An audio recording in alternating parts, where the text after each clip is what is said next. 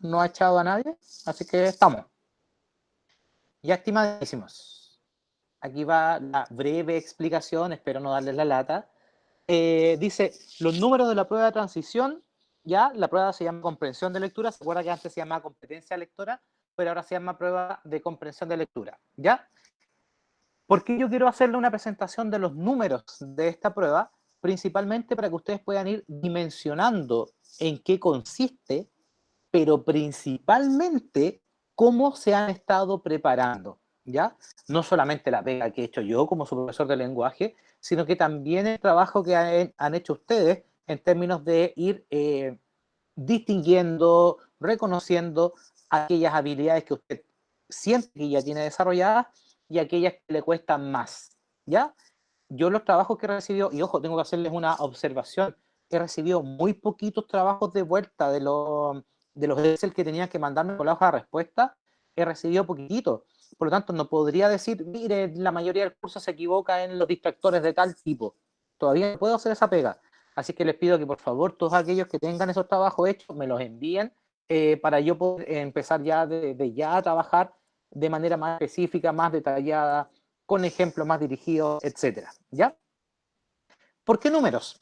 Insisto, para poder ver la naturaleza del desafío, pero también ver la evaluación de nuestro proceso de preparación. ¿Ya? Aquí les presento, ahí voy a la pizarra, y estos números son, hasta ahora, 150 minutos para responder, es decir, 1 hora y media. ¿Ya? ¿Se acuerda cuando nosotros en clase nos tomábamos el tiempo y decíamos cuántas páginas puedo leer en tanto tiempo? ¿Se acuerda de eso? Sí. Lo hacíamos el año pasado, este año nunca lo hicimos. Y eso tenía que ver con este indicador. Yo a ustedes los observaba y me daba cuenta que algunos se desconcentraban a los 40 minutos, otros llegaban perfectamente a los 45, y es normal que uno tenga una especie de desconcentración o de break, como usted lo quiera llamar, cada cierto tiempo. ¿Qué es lo importante? Que usted sepa reconocer cuando se desconcentró. Usted diga, hoy estaba leyendo re bien y me llegó un mensaje y me desconcentré. O, sin ningún distractor, uno tiene como calculadito su tiempo de aguante, ¿ya? Yo debería ser así como muy quebrado y decir, no, chiquillo, yo puedo estar 1 hora y media leyendo y no me pasa nada. Mentira, yo cada media hora me desconcentro, me doy cuenta de que me empiezo como a devolver las líneas que estoy leyendo, y cuando me pasa eso me tomo un pequeño descanso y como que pienso lo que he estado leyendo, descanso, hago alguna cosa, ya para ser sincero, como algo, siempre me pongo a comer, y después sigo leyendo, ¿ya? Entonces, hay que reconocer cuáles son los procesos que tiene usted. Si se da cuenta que cada media hora se desconcentra, anótelo y téngalo en cuenta cuando ya después pase los 40 minutos, los 45 minutos, ¿ya? Es súper difícil llegar a 1 hora completa concentrado, súper, súper difícil. Pero si usted se da cuenta que lleva 5 minutos y no está entendiendo lo que lee y se devuelve y se da cuenta que está súper desconcentrado, significa que ya vamos a tener que empezar a repasar como elementos más de base, que voy a mostrar en un minutito más, ¿ya? ¿Alguien cree que puede estar 150 minutos sentado tranquilo haciendo una prueba? Una prueba no, pero depende si estáis leyendo un libro que a ti te gusta. Ya, sí, sí, porque a mí me pasaba, bueno, la última PSU, la que colapsó, yo la fui a tomar, me tocó la misma sala con el profe Offerman y todo ese cuento, y yo observaba a la gente muy pendiente, me di cuenta, vi gente que sí tenía estrategia, vi gente que no partía desde la pregunta 1, que partía después, y vi gente que como a los 5 minutos ya estaba como mirando para el techo. Yo decía, esta gente no tiene ni una concentración, nada. Y también llegó gente que llegó y se quedó dormida. Así de claro. Entonces, tiene que ver con las prioridades, tiene que ver con los intereses que ustedes tengan, pero que no tenga que ver con la preparación. ¿Ya? Ese es mi trabajo.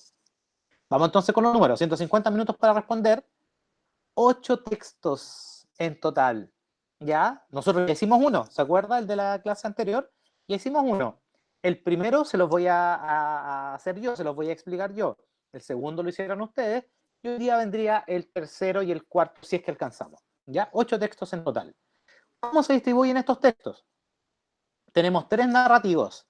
Esto nos favorece un montón, porque con ustedes hemos hecho mucha narración, hemos estudiado muchísimo la narración. De hecho, si yo les dijera a ustedes la palabra paté, ¿qué me dirían?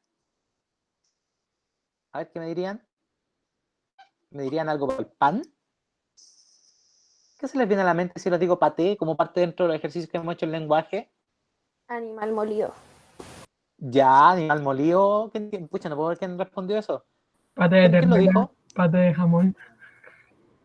Era Ya, personaje, espacio, perfecto. tiempo, ¿Sí? ¿Sí? eh, y la otra no me acuerdo. Ya, perfecto. Personajes, acciones, tiempo y espacio. Esos son los componentes del mundo narrativo y después vendría el narrador y el estilo. Personajes, acciones, tiempo y espacio. Nosotros hicimos la sigla PATÉ para que nunca se les olvide y me acabo de dar cuenta que se les olvidó. Pero no importa, no importa. ¿Ya? Y hemos estudiado muchísimo el texto narrativo con sus componentes internos, pero además lo hemos ejercitado un montón. Creo que es de lo que más hemos trabajado. Hay dos textos expositivos. Y aquí yo les tengo que preguntar, ¿qué significa que un texto sea expositivo? ¿Que quiere dar a conocer algo? Perfecto, que da a conocer algo, que explica algo. Perfecto, muy bien. Hay dos de ese tipo. Hay una infografía, ¿ya? Aquí yo tengo que reconocer, hemos trabajado poquito en la infografía, ¿ya? No hemos... Se supone que en primero medio hacíamos una infografía y todo eso, cuanto, nunca lo alcanzamos a hacer. Así que, de todas maneras, comprender una infografía no es tan complejo. Ya hay textos de, digamos, sean textos discontinuos.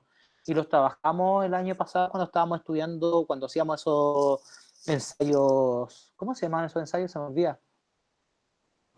Tenían un nombre ¿PET? raro. ¿Cuánto? ¿Ensayos PET? Sí, esos ensayos que hacíamos como que eran de cine, ¿se acuerda? Sí, pero no eran de Simpson. De Simpson. Sí, sí, pero tenían un nombre, decíamos el nombre de la empresa que los hacía, ¿ya? Pero ahí vimos unas infografías, vimos una de la Rayuela, yo me acuerdo.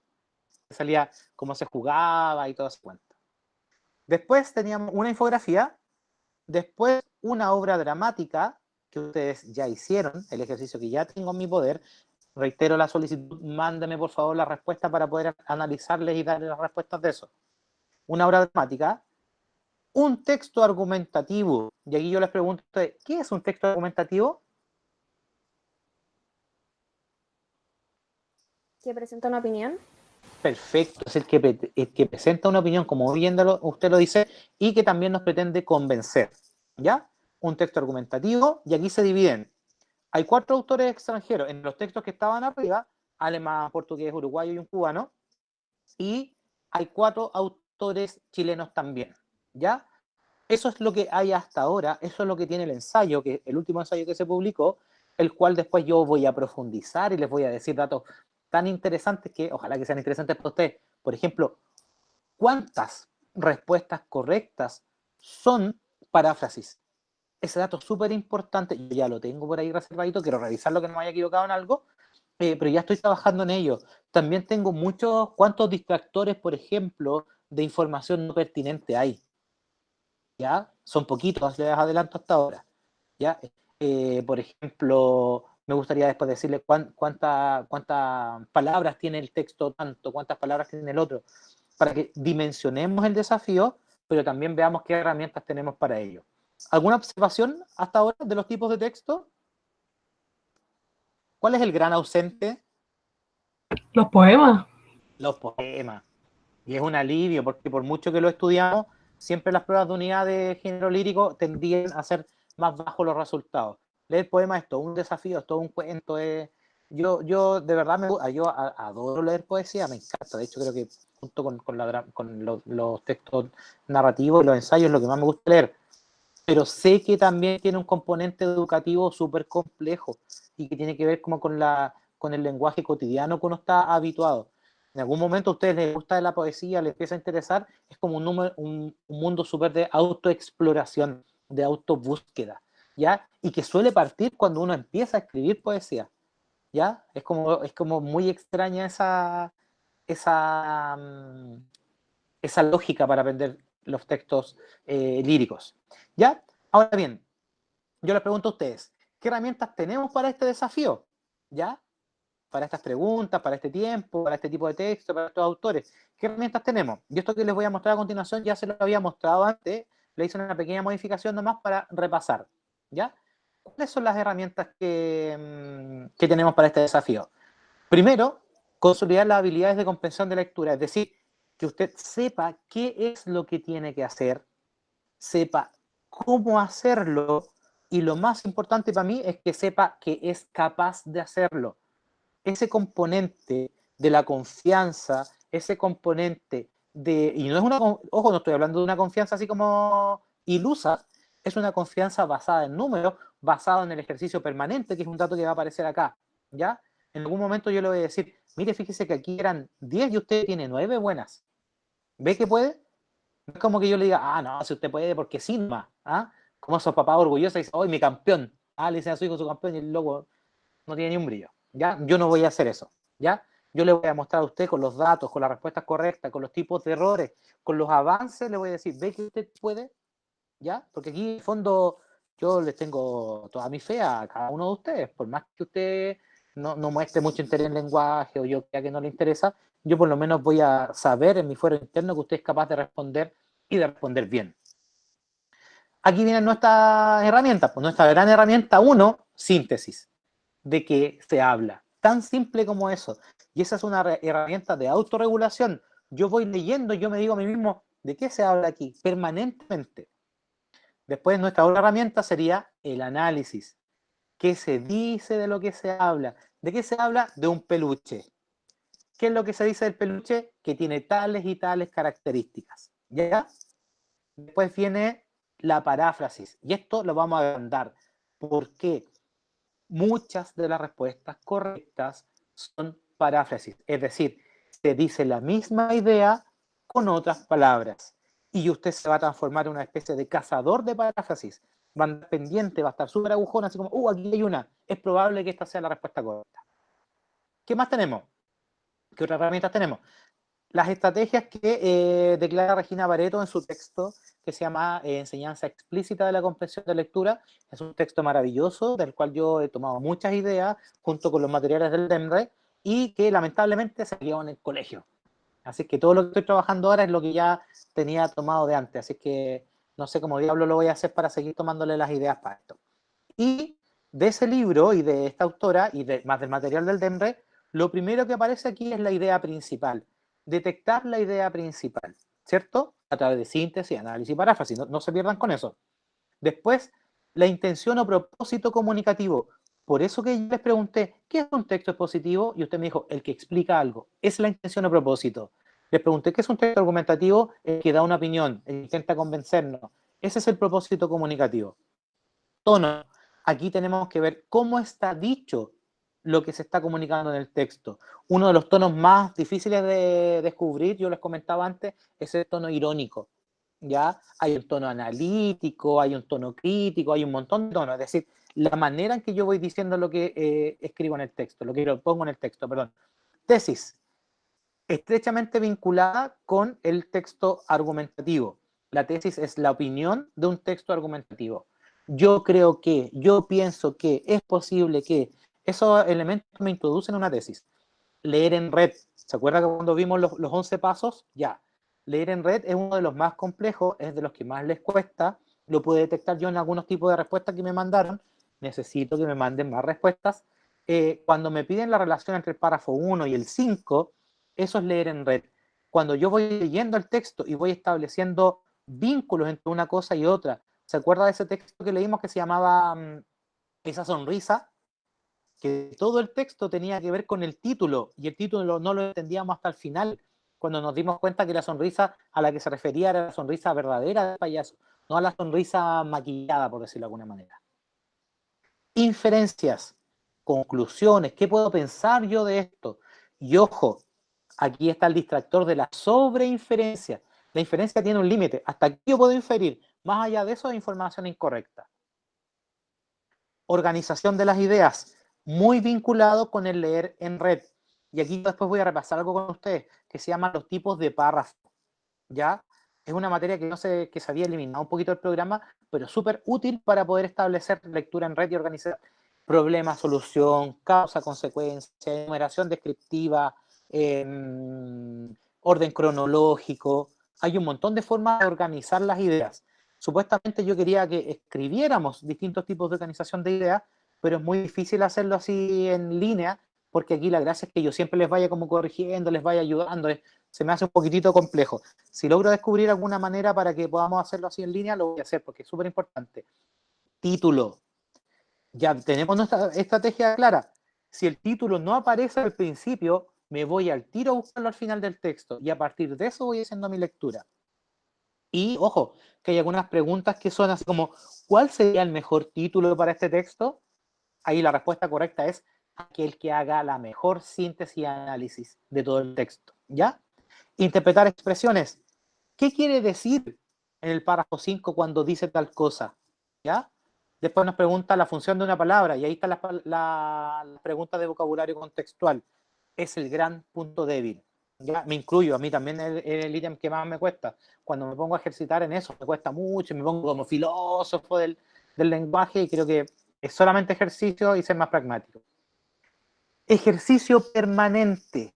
Ya vamos a hacer mucho de estos ejercicios. Yo les había adelantado al principio de la clase que llegaron que hoy día voy a cerrar un ciclo de esto. Vamos a hacer mucho ejercicio de esto, pero ya mañana les voy a pasar un video, un texto audiovisual, porque tampoco quiero como de alguna manera saturarlos con esto. Tenemos todo cuarto medio y creo que ya tenemos una base bastante firme para ir progresando. Y parte de esa base es lo que viene ahora, ¿ya? Ejercicio permanente y los tipos de distractores.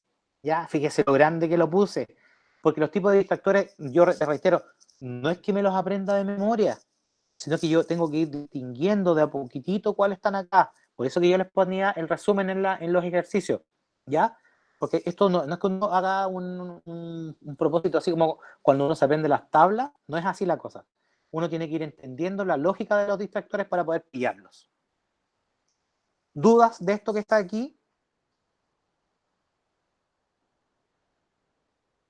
No, profe. ¿No? ¿Seguro las? Ya. Y eso sería. Esa es la explicación. Déjame ver si tengo algo más. Yo creo que no. No, ahí está, por la pizarra. Y estamos. ¿Ya? Yo ahora. Ah, bueno, eso es para después, pero ahora voy con ustedes. Chiquillos, esta explicación, la principal función que tiene es motivarles. Es decirle, ¿sabes qué? No es tan difícil. No es tan difícil esto, ¿ya? Lo podemos hacer. Yo les digo, aunque usted haya sido un pésimo alumno, que nunca hacía los ejercicios, todo esto, si se pone a armar la estrategia de a poquitito, como yo les digo, lo podría lograr. Benjamín, recién pude ver el mensaje que decía, nunca me sirvió. ¿A qué se refería con eso? ¿Alguna estrategia? Ah, personaje activo. Lo que pasa es que se le olvidó nomás, pero lo importante es que en el fondo usted sabe que hay personajes, acciones, tiempo, espacio, porque cuando usted está leyendo un texto, y aparte diciendo esto es narrativo, y no se va a poner a buscar la tesis en el texto. ¿Me explico con ello? Lo vamos a repasar de todas maneras, así que no se complique. ¿Ya? Voy a dejar de presentar aquí. ¿Hay algún aporte, alguna cosa que quieran decir antes de cortar la grabación? No. No. Muchas gracias. Y